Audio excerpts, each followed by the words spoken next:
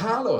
Today I'm going to show you how to switch or edit your Hitway pedelec with the computer system L182EXB1. And you see on the screen there is km/h, kilometer per hour. If you like to switch to miles per hour, this is not a big deal. We can perform this, okay?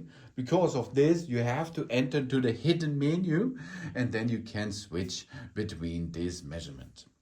Okay, first here, you see this power button is to switch between the different types of menus, okay? Then you have plus and minus. Plus is to gear up, minus to gear down.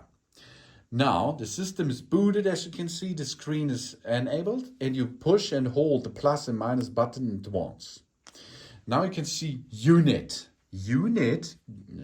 Let's switch to another unit. You see now key MH, go up, MPH. To store, or you can go down to kilometer per hour, go up to miles per hour.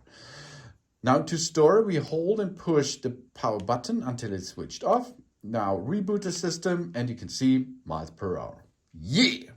Mile trip, mile odometer, average mile per hour, and maximum speed miles per hour. Time is time.